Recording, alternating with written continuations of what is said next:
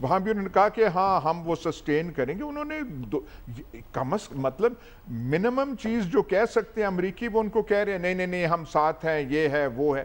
لیکن ان کا دیکھیے فیلئر امریکہ کا یہ نہیں ہے کہ طالبان کو ڈیفیٹ نہیں کیا. طالبان کو انہوں نے کابل سے نکال دیا تھا, شہروں سے نکال دیا تھا. وہ آلٹرنیٹیو متبادل ارینجمنٹ نہیں بنا سکے. جب آپ کے پاس عوامی سپورٹ نہ ہو تو آپ وہ کر نہیں سکتے. اور جہاں 20 سال کی بات ہے, کچھ اپنی تاریخ میں آپ دیکھ لیں, ہم نے جو جنگیں لڑیں, 2 جنگیں جو ہم نے ہندوستان کے ساتھ لڑیں تو 17 دن میں ان کا سانس بھی پھول گیا تھا, ہمارا سانس بھی پھول گیا تھا. کارگل کی جنگ جو ہوئی تھی اس میں کچھ جب میدان جنگ کی پوزیشن ریورس ہونے لگی تو ہم نے پھر امریکہ کی طرف دیکھا اور ان کی ملت ترلے کی کہ یار آپ کر کے ہماری کچھ عزت وغیرہ آپ بچا دیں. یہ تو 20 سال تک وہاں پہ رہے ہیں اور اب ان کو یہ احساس امریکہ میں ہو گیا ہے اکراس دا بورڈ. ریپبلکنز جو کہ جنگ کے حمایت میں تھے ان کو بھی ہو گیا کہ ہم وہاں کچھ نہیں کر سکتے. جو ہم چاہتے تھے کہ ایک ڈیموکریسی لائیں گے, ایک پتہ نہیں نیا آرڈر وہاں پہ لائیں گے, نئی حکومت ہوگی, وہ قائم نہیں ہو سکی. اب وہ افغانوں کو اپنے حال پہ چھوڑ کے جا رہے ہیں. روسیوں نے پھر بھی نجیب اللہ کو 2 سال سپورٹ کیا تھا, یہاں تو میرے خیال وہ یہ بھی نہیں کر سکیں گے. تو ہمیں بھی دیکھنا چاہیے کہ ہم کتنا آگے کر سکتے ہیں. اور ایک میں معذرت کے ساتھ کہہ رہا ہوں جو یہاں پہ تھنک ٹینک 1-2 دفعہ بات ہوئی کہ وہ کوئی نہ کوئی ارینجمنٹ کر سکیں گے, اور 20 سال 1.5 لاکھ فوج ہوتے ہوئے کچھ نہیں کر سکے. تو اب جب جا رہے ہیں تو یہ ارینجمنٹ وہاں پہ کیا کر کے جائیں گے؟ کوئی ارینجمنٹ نہیں ہو رہی. اور یہ ہم نے دیکھنا ہے کہ یہ جو بنا ہوا ہے اسٹرکچر افغانستان میں اشرف غنی حکومت کا کتنی دیر رہتا ہے. ٹھیک ہے, یعنی کوئی متبادل انتظام نظر نہیں آ رہا ہے. سلمان صاحب آپ کیا کہیں گے, افغان حکومت کا چونکہ امتحان شروع ہو چکا ہے, کیا وہ کنٹرول کر سکے گی اس تمام معاملے کو؟ دیکھیں بہت ساری بات تو ہو چکی ہے, اور وہ جو باڈی لینگویج کی بات ہوئی کہ جب وہ بائیڈن صاحب کے پاس صدر اشرف غنی اور عبداللہ بیٹھے تھے تو میں یہ سوچ رہا تھا کہ بائیڈن صاحب نے تو یہ کہا کہ ہم تو نکل آئے ہیں تو اپنے مستقبل کا فیصلہ آپ نے کرنا ہے. کہ جب امریکن فورسز افغانستان کے اندر آئیں اور انہوں نے اپنی کٹ پتلی حکومتیں قائم کی, حامد کرزئی صاحب اور اشرف غنی صاحب, اور بھائی آپ نے کہے تو اپنے پاؤں نہیں تھے لگے ہوئے, تو آپ نے وہاں پر امریکنز کے تسلط کے قیام میں وہاں پر کیا مدد کرنی تھی؟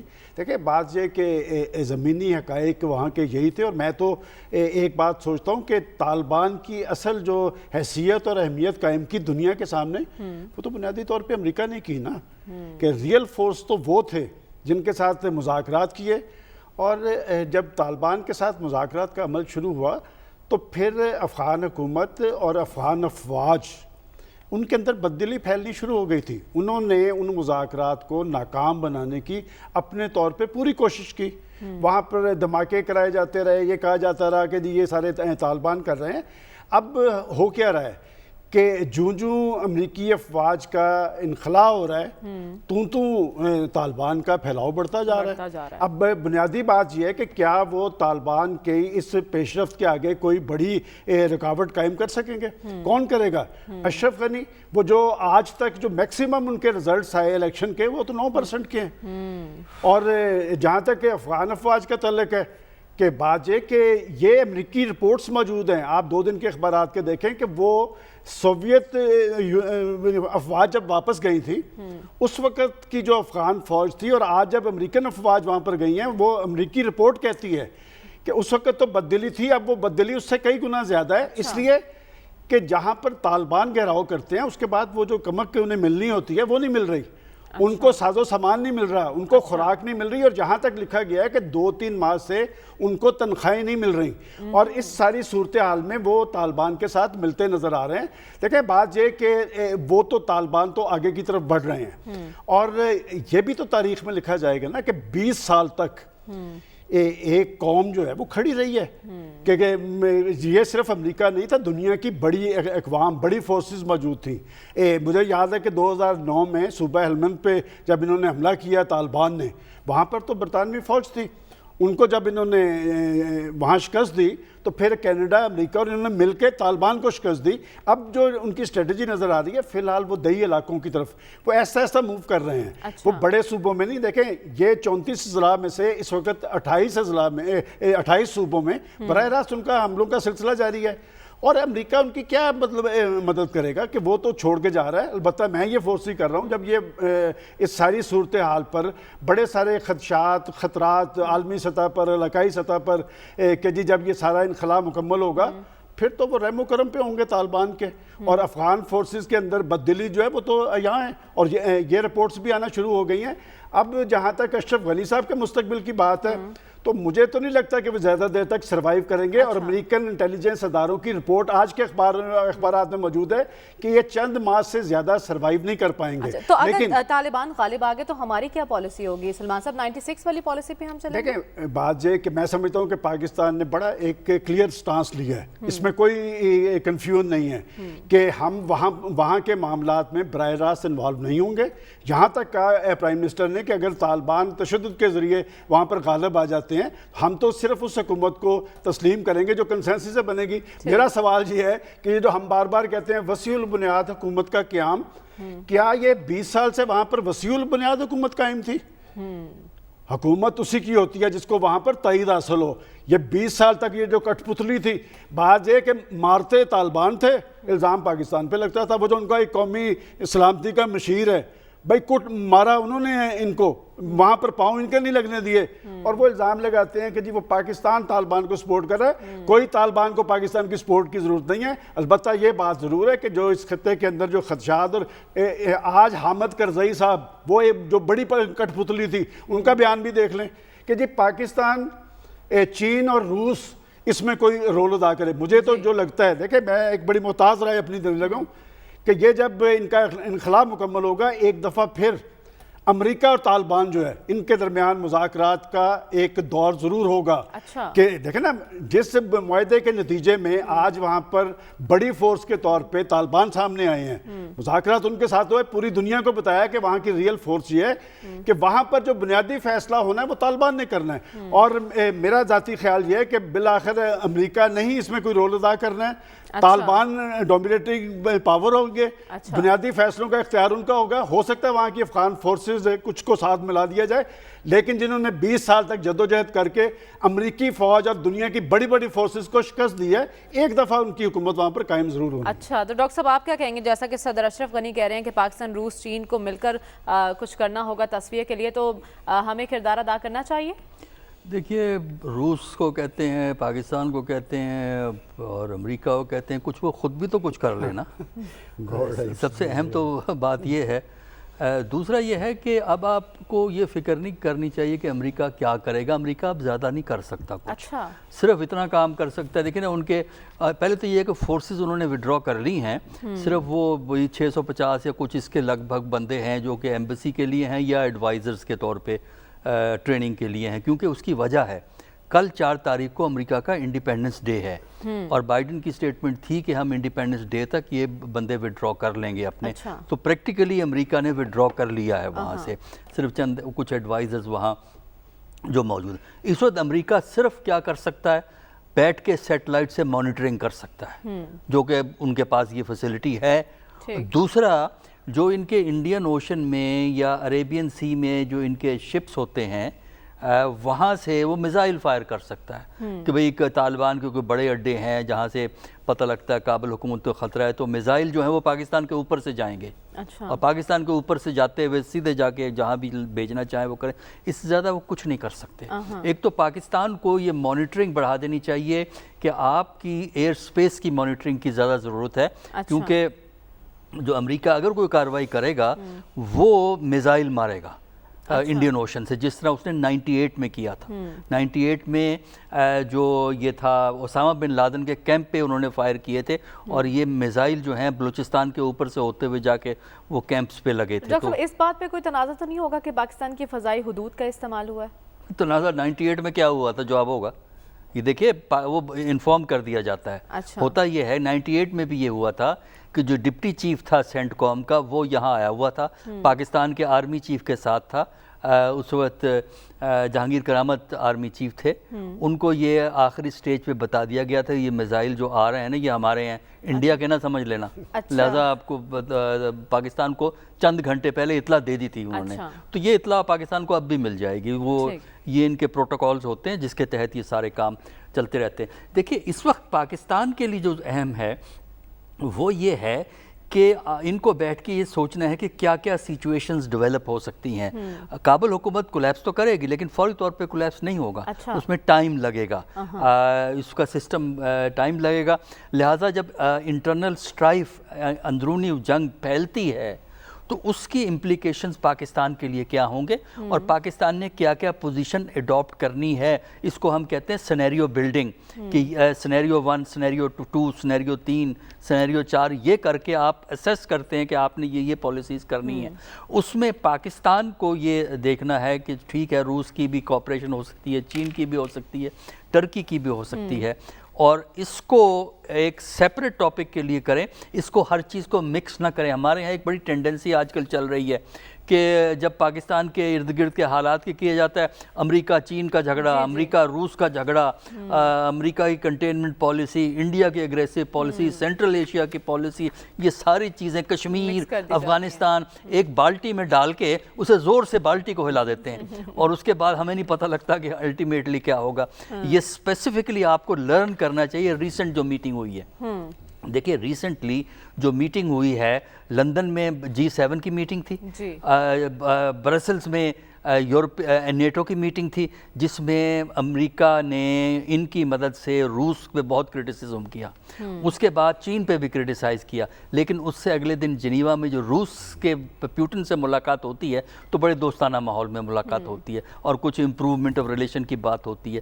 لہٰذا ہمیں بھی یہ سمجھنا چاہیے کہ جو فارن پالیسی آج کل پازیٹیو اور نیگیٹو چیزیں دونوں سائملٹینیسلی چلتی ہیں. یہ نہیں ہے کہ ایک چیز اگر امریکہ آپ کے خلاف ہے تو ہر چیز میں وہ خلاف ہے. امریکہ ایک میں آپ کو چیز میں آنکھیں دکھائے گا, دوسرے میں آپ سے دوستی رکھے گا.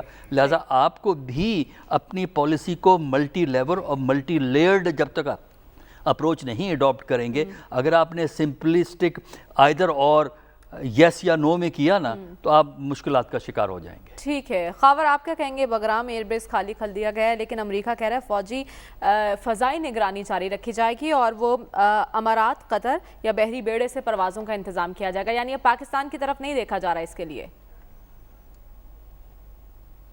دیکھیں دو جو حقیقتیں ہیں نا, حقائق ہیں. ایک تو یہ ہے کہ امریکہ کا طالبان کے ساتھ معاہدہ ہوا, اس معاہدے کے تحت امریکہ نے کہا کہ ہم یہاں سے اپنی افواج نکال لیں گے اور وہ اسی معاہدے کے تحت اپنی افواج واپس لے کے جا رہے ہیں. طالبان نے وعدہ کیا تھا اور معاہدے کی شک تھی کہ جب آپ یہاں سے ودرا کریں گے, اپنی فورسز نکالیں گے, اپنا ساز و سامان نکالیں گے تو اس کے اوپر ہم بالکل کوئی حملہ نہیں کریں گے.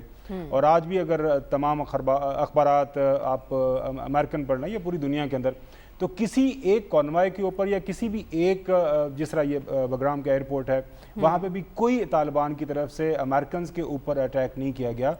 انہوں نے اس کو جو ہے ویلکم کیا ہے کہ یہ امریکنز جو ہے اپنے وعدے کے مطابق نکل رہے ہیں. لہٰذا وہ تو ایک جو وعدہ ہے وہ اس پہ دونوں جو پارٹیز ہیں بالکل اس وقت کارآمد ہیں.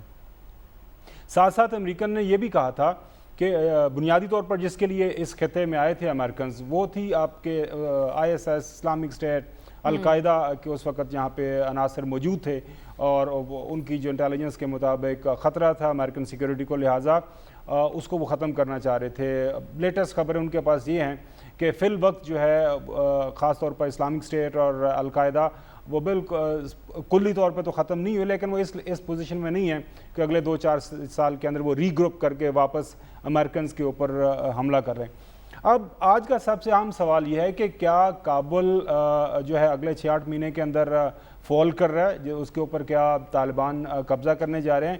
میری کم از کم اطلاع جو انفارمیشن ہے, تھوڑی بہت اسیسمنٹ ہے, ایسا نہیں ہونے جا رہا. دیکھیں ہم جو اکثر جو ہے ابھی آپ نے سوال بھی کیا نا, 1996 کے طالبان کو اور موجودہ طالبان کے ساتھ ملانا شروع کر دیتے ہیں. اب جو طالبان ہیں وہ ایک سرٹنلی انہوں نے بھی ایوالو کیا ہے. کل بھی میں ایک اخبار کے اندر, نیو یارک ٹائم کے اندر ایک سٹوری پڑھ رہا تھا کہ اب تو وہاں پہ پہلے تو ایک سنی ایک سیکشن کے طور پر سامنے آ رہا تھا, اب تو وہاں پہ انہوں نے ود ان طالبان ایک اچھا خاصا بریگیڈ یا ڈویژن انہوں نے اپنے ہزاراز کی بنائی ہوئی ہے. ایون انہوں نے اپنے وہاں پہ شیعہ ان کو انڈکٹ کیا ہوا ہے, تو انہوں نے اپنے آپ کو ڈائیورس کیا ہے. افغانستان کے اندر وہ موجود ہیں. لگ یہ رہا ہے جو حالات آنے والے دنوں کے اندر ہوں گے نا, دیکھیں ابھی تک تو طالبان کو ماسکو کی سے رشیا سے سپورٹ مل رہی تھی، بیجنگ سے سپورٹ مل رہی تھی، ایران سے سپورٹ مل رہی تھی، اور اس کا ایک کامن اینیمی تھا امریکن۔ اب جب امریکہ وہاں سے نکل جائے گا تو کوئی نہ اس خطے کا ملک اور نہ پوری دنیا کے کوئی ممالک نہیں چاہیں گے کہ وہاں پہ کوئی ایسی حکومت آئے جس کو کوئی مانے نہ۔ ایک جو سپوز سناریو یہ ہے کہ یہ طالبان آ جاتے ہیں، اور طالبان کیا افغانستان کے اندر وہ ہوا کے ذریعے حکومت چلائیں گے؟ ان کو پوری دنیا کے ساتھ اگر چلنا ہے، پوری دنیا کے ساتھ جو افغانستان کی حکومت روابط قائم کرنے ہیں، تو اس کے لیے ان کی ایکسیپٹنس جو ہماری جو نام نہاد مہذب دنیا ہے، آپ کا یونائٹڈ نیشنز ہے، آپ کے خطے کے ممالک ہیں، وہ کریں گے تو پھر وہ آگے چلیں گے نا۔ لہٰذا ایونچولی وہاں پہ اس طرح کو کوئی ایگریمنٹ ہونا ہی ہونا ہے۔ یہ میں قطعاً ماننے کے لیے تیار نہیں ہوں کہ جی وہاں پہ طالبان آ جائیں گے اور بس طالبان آ جائیں گے اور طالبان کی حکومت قائم ہو جائے گی اور اس کے بعد سارے معاملات ختم ہو جائیں گے اور پھر طالبان کو ساری دنیا ایکسیپٹ کر لے گی۔ اس دفعہ ایسا نہیں ہونے جا رہا۔ طالبان کے امریکہ کے ساتھ اس وقت روابط ہیں۔ ابھی بھی جب یہ وہاں پہ اشرف غنی صاحب اور دوسرے عبداللہ گئے تھے تو ان کو جو بائیڈن نے یہی کہا، جناب اعلیٰ ہم نے جو ایگریمنٹ کیا ہوا ہے اس کے مطابق یہ ہے کہ آپ ان کے ساتھ بیٹھیں، طالبان سے بات کریں، ایک انٹرم گورنمنٹ بنائیں، اور جو بھی اپنے جو آپ کا آئین ہے اس کے اندر جو آپ نے تبدیلیاں کرنی ہیں وہ کریں۔ ابھی بھی دوحہ کے اندر قطر میں موجود ہیں جو ہیں طالبان کے ریپرزنٹیٹیوز، ان کے جو ڈپلومیٹس ہیں، سفارتکار موجود ہیں، ان کے ساتھ ابھی بھی بات چیت کی کوشش ہو رہی ہے۔ تو ایونچولی اس کا کوئی حل نکلنا ہے، اور حل وہ والا 1996 والا نہیں ہوگا کہ مار داڑ کر کے اور سارا کچھ۔ ابھی بھی دیکھیں آپ کو کیا کوئی بڑا شہر گرتا نظر آ رہا ہے؟ ہم سب موجود ہیں، اللہ تعالیٰ ہم سب کو زندگی دے۔ آپ دیکھیے گا کہ کابل جو 1996 کی طرح طالبان کے سامنے گرا تھا، اس دفعہ کابل بالکل کوئی نہیں گرنے جا رہا۔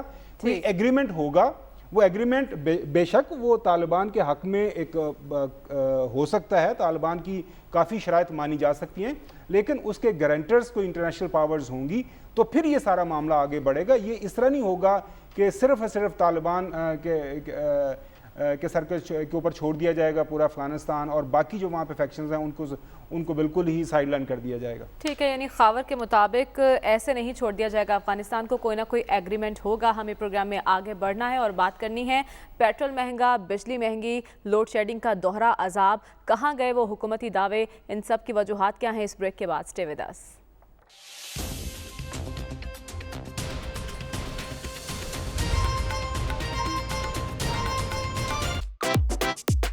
ہر دن ہے یونیک پر پورا ویک ہے انٹرنیٹ کی نیڈ۔